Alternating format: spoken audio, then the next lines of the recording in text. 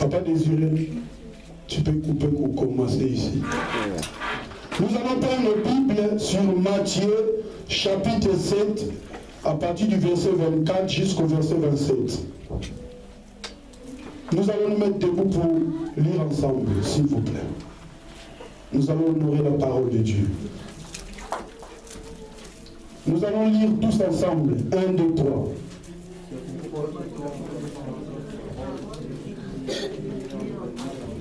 Sera semblable à un homme prudent qui a bâti sa maison sur le roc.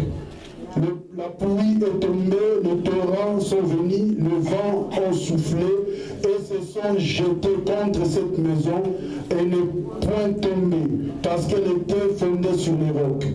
Mais quiconque attend ces paroles que je dis et ne les met pas en pratique sera semblable à un homme insensé qui a bâti sa maison sur le sable. La pluie est tombée, les torrents sont venus, le vent a soufflé et ont bâti cette maison, elle est tombée et sa ruine a été grande. Que le Seigneur bénisse sa parole. Le thème que nous allons développer cet après-midi, c'est le fondement. Le fondement ou fondation. Ici, c'est le Seigneur qui parle. C'est Jésus lui-même qui parle. Il dit que c'est pourquoi quiconque attend ces paroles que je dis et le met en pratique sera semblable à un homme prudent. Il est semblable à un homme prudent. Donc celui qui écoute la parole de Dieu et ça qui le met en pratique est semblable à un homme qui est prudent. Un homme prudent, c'est un homme intelligent. Un homme prudent, c'est un homme qui met la parole de Dieu déjà en pratique. Ici, on nous donne l'exemple, c'est un homme qui bâtit sa maison sur le roc. Or, quand on parle du roc, le roc, il représente Jésus-Christ lui-même. Donc, celui qui bâtit sa maison sur le roc. Ici, on nous donne cette parabole d'une maison, mais le Seigneur veut parler de nous-mêmes. Parce que nous aussi, nous sommes des maisons, parce que l'Esprit de Dieu habite en nous. Mais quand l'Esprit de Dieu habite en toi, sur quoi tu as bâti ta maison? Sur quoi tu es bâti? Sur quoi tu es posé? C'est ça le problème qui se pose dans notre vie spirituelle, dans notre vie chrétienne, dans notre marche chrétienne. Nous devons savoir que quand nous marchons avec celui qui conduit l'église, en ce moment-là, que même s'il y a le vent, même s'il y a le torrent, si nous mettons en pratique cette parole, c'est que c'est le vent qui viendra, le torrent qui viendra, les situations qui viendront, les problèmes qui venir dans nos foyers, dans nos familles, sur nos enfants, ces problèmes-là ne peuvent pas changer notre façon de voir la parole de Dieu et de voir notre Dieu. Amen. Nous devons commencer d'abord pour comprendre la fondation. Vous savez, la fondation, c'est quelque chose que je peux expliquer, que tu comprends peut-être de ta façon. Quand on construit une maison, cet immeuble, là où nous sommes, dans cette salle, cet immeuble a une fondation. Cette fondation de l'immeuble est invisible. Je ne sais pas si tu sors dehors, si tu peux voir la fondation. Cette fondation est invisible. Toutes les maisons qu'on peut voir dans le riz, la fondation même au Congo est invisible. Ce qui retient cet immeuble, afin que quand il y a le vent, quand il y a le pluie, quand il y a le torrent, que cet immeuble ne bouge pas, parce qu'il y a une fondation qui est solide, qui fait que cette maison ne bouge pas. Mais cette fondation est invisible. Ceux qui ont bâti cette maison, ceux qui ont mis la fondation, c'est eux qui savent les condiments qu'ils ont mis dedans, afin que cette maison ne puisse pas bouger. De la même manière, toi aussi tu as des fondations en toi. Je ne sais pas tes fondations, peut-être que tu as hérité quelque part. Mais en tant que spirituel, nous devons comprendre qu'il y a des fondations qui sont spirituelles, il y a des fondations qui sont physiques. Physiquement, on te voit que tu es bien. Physiquement, on te voit que tu es en bonne santé. Peut-être spirituellement, tu es mort. Peut-être spirituellement, tu n'as pas de fondation solide. Quand le vent vient, tu es perturbé.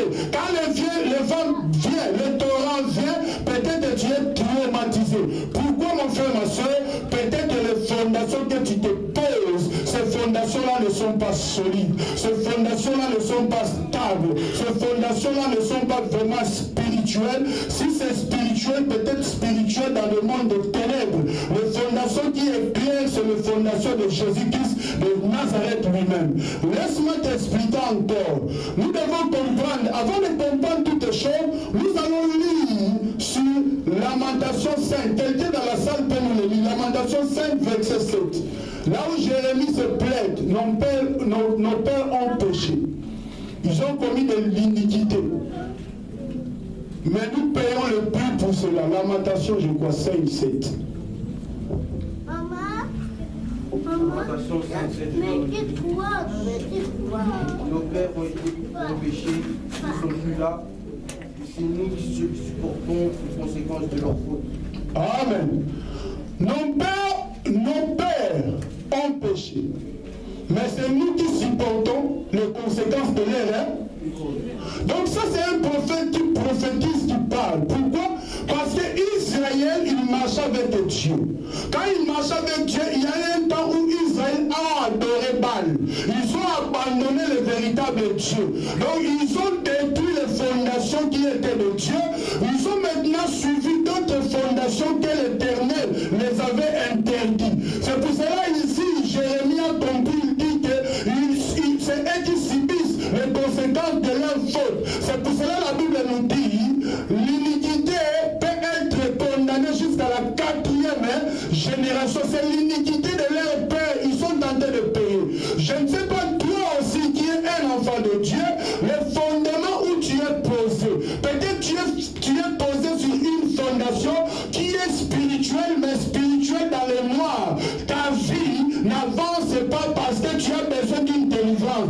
Or, pour que tu sois libéré, tu dois être un homme ou une femme qui est posé sur une fondation qui est Jésus-Christ de Nazareth, afin que s'il y a des vents, s'il y a des traditions, s'il y a des fondements que nos pères ont mis dans nos vies, afin de nous empêcher d'avancer, ces fondations-là doivent être détruites dans nos vies, afin que nous puissions percer. Si ces fondations-là restent, nous voulons bâtir encore l'autre fondation de Jésus sur l'autre fondation, ça ne peut pas marcher. C'est pour cela que tu verras que dans ta vie, il n'y a rien qui marche. Pourquoi fondation aux opposés, et sa fondation aux fondation à ténèbres.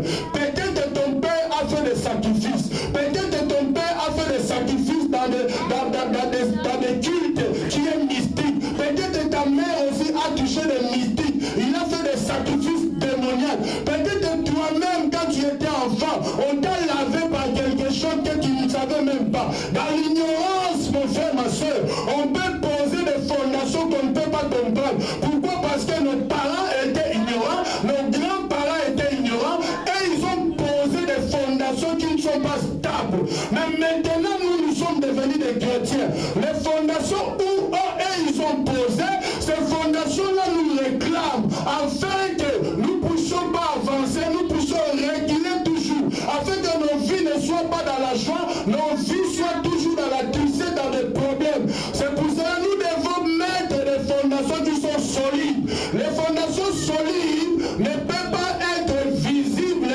quand ces fondations solides ne sont pas posées sur Jésus-Christ de Nazareth. Je ne sais pas comment tu marches. Il y a aussi ceux qui sont devenus des chrétiens aujourd'hui à cause de leurs mauvaises fondations. Chrétiens mais sans fondation. Comme la Bible nous dit, il y a des maisons qui sont bâties sur le sable. Alléluia. Quand il y a le vent, quand il y a le torrent, la ruine de cette maison est grave. Pourquoi? Parce qu'il n'y a pas de fondation qui peut soutenir cette maison. Notre croyance dépend de notre fondation. Tel que nous sommes, mon frère, ma soeur, nous avons hérité quelque chose de nos parents. Comme nous avons hérité quelque chose de nos parents, cette chose de nos parents, peut-être que ta mère a échoué, peut-être que ton père a échoué, peut-être que dans le domaine du mariage, toi aussi tu es basé sur cette fondation. Il y a ceux qui sont sortis dans des familles où il y a vraiment l'impolitesse totale. On parle de n'importe quoi, on dit n'importe quoi, n'importe quand. Mais il y a ceux qui sont sortis dans des familles qui sont vraiment posées polies. Alléluia. Donc quand la bouche s'ouvre pour dire quelque chose qui est normal, mais il y a ceux qui ont l'habitude, ce n'est pas de ta faute. Tu as eu cette habitude, chez toi à la maison tu dis n'importe quoi, il n'y a personne qui peut te corriger. On ne te dit même pas que ça c'est mauvais. Tu as hérité de cela. Tu as grandi avec cela. Comme il n'y a personne qui t'a corrigé, quand tu grandis avec cela, tu verras que tu deviens une maman, un papa, qui continue seulement à dire ces choses sans te rendre compte que ce que tu dis c'est mauvais. Donc c'est les fondations que tu as héritées depuis la maison de ton père qui t'empêchent même d'avancer. Même dans le domaine de mariage, tu verras que peut-être ta maman a échoué. Fondation tellement que tu as grandi dans cette maison, quand tu vas grandir toi-même, tu verras que dans ce domaine, toi aussi tu commences à échouer.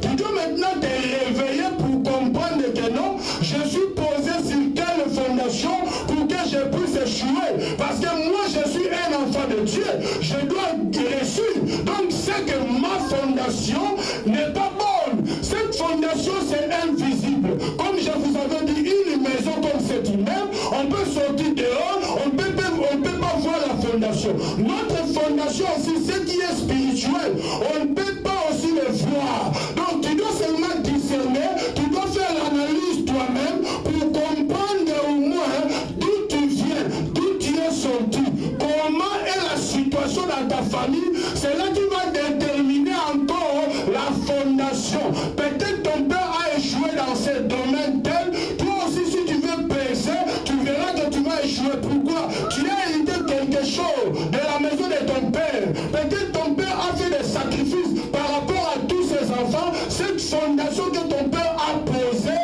te pose des problèmes pour avancer ou pour raconter celui qui est l'Éternel des armées, qui est Jésus-Christ, qui est le rocher. Le rocher ne peut pas être posé sur une autre fondation pour que tu réussisses. Nous tous ici dans la salle, nous avons besoin de réussir.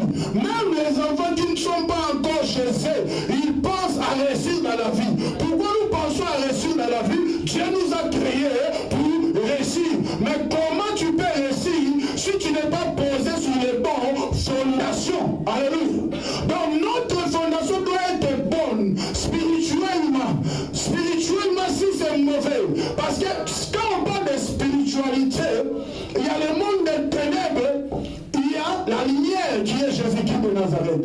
Il y a ceux qui sont des frères en Christ. Il y a ceux qui sont des sœurs en Christ. Tellement que leur fondation n'est pas solide. Quand les situations deviennent mauvaises, ce genre de personnes qui se prétendent frères ou sœurs en Christ, ils peuvent même consulter les féticheurs. Alléluia. Pourquoi? Pour trouver une solution. Quelle fondation?